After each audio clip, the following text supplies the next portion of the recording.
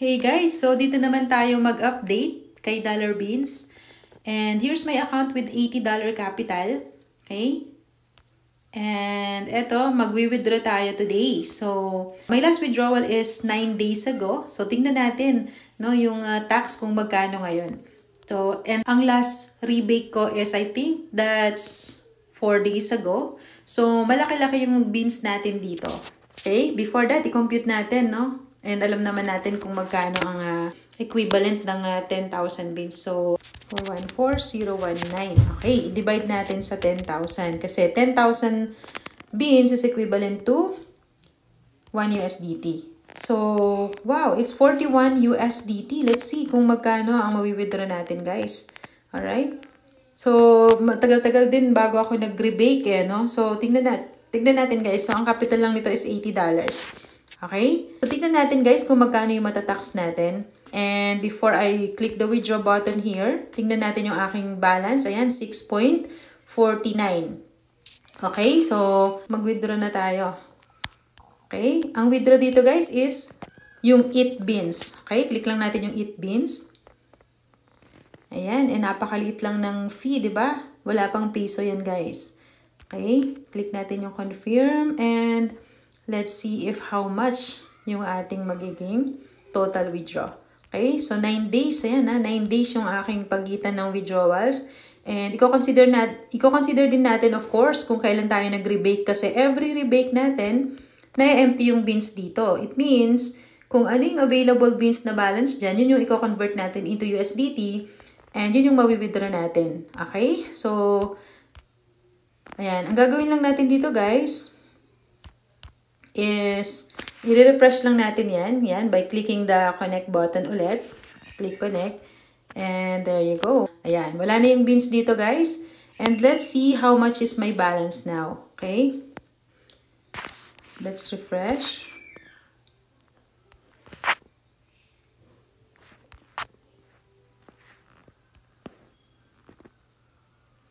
Alright. I think na-withdraw na siya, guys.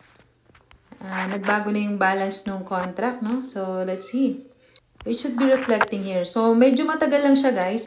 Ito yung problema ng aking MetaMask, eh. So, tingnan ko lang dito sa ating SafePal kung nandito yung account ko na to. So, USDT ang ating mawi-withdraw, tama? Okay, so, kunin ko muna yung contract address ni USDT. Ayan, copy ko lang, guys, no? Para lumabas dito sa aking SafePal account. So, this is how you add the token, no? Kailangan mo pa rin i-add si USDT kasi USDT OPBNB. Click ko lang yung plus button na yan. Then, makikita na natin yung balance ko dito. Alright, so, eto na guys. Ang aking balance is 45.83. So, ibig sabihin guys, balik muna tayo sa MetaMask. Ayan. Kanina pinakita ko sa inyo na 6 ayun. So, ito na guys, pumasok na siya. So, it means, naka-withdraw tayo ng, magkano yung dating balance dito? I forgot. I think it's 6 point something. So, ibig sabihin, naka-withdraw tayo ng 39. That's it guys. I withdraw my earnings. Okay, tingnan natin yung kanina, yung computation natin. So, dapat makaka-withdraw ka ng 41, diba? And since, I think ang na-withdraw natin is 39. So, meron lang $2 na fee, diba? Kasi meron nga siyang how much is that? 5% withdrawal fee. Okay? So, minus natin 5%. Alright. So, ibig sabihin guys, there's no tax once you withdraw after 9 days. Okay? Ayan. Sakto yung yung ating withdrawals kasi ang minus lang dito is yung 5% na withdrawal fee. So, wala na siyang tax. Alright? So, I hope na-gets niyo yun guys. Ayan. And, again, my last withdrawal is 9 days ago. So, that's okay kasi I'm so busy with my other project. Alam naman natin yan. And, yeah, nag-compounding ako once na meron akong nakitang beans dito and I'm not busy. So, I try to click on the rebake button. And then, sometimes nakakalimutan ko. So, naipon yung beans. Kaya naging 41 siya. And then, I withdraw today. Ayan, nakalagay dito guys, no? Na-refresh na ulit, no? Ayan, naging 0 days na yung aking last eat. So, kaka-withdraw ko lang ngayon. So yun guys, that's how the system works. And napapabilib talaga ako dito sa system ni Dollar Beans. Okay? So, good dev yung aking binayaran dito, no? Kumbaga, it's worth it. Alright? So, tatagal talaga yung project nito.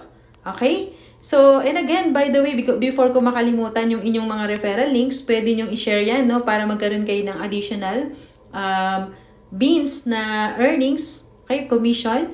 So, copy nyo lang yung link na to, and then don't forget to change this. Ayan, don't forget to change since nagbago na ang ating domain name, okay? Palitan nyo lang ng dollarbeans.xyz. So, yun lang ipapalitan nyo, yung domain name lang. Okay? The rest, okay na yun. Alright? So, that's it guys. That's my update with Dollar Beans. And again, this is our #1 passive income. And don't forget to claim your trend-free airdrops kasi that's another staking project na ilo-launch natin really soon. And it's another great project, long-term project na I'm sure 100% hindi kayo mai-scam. Alright, so that's all for now guys. Thank you so much for watching. Again, this is Baby Snow. Happy earnings everyone. Bye-bye!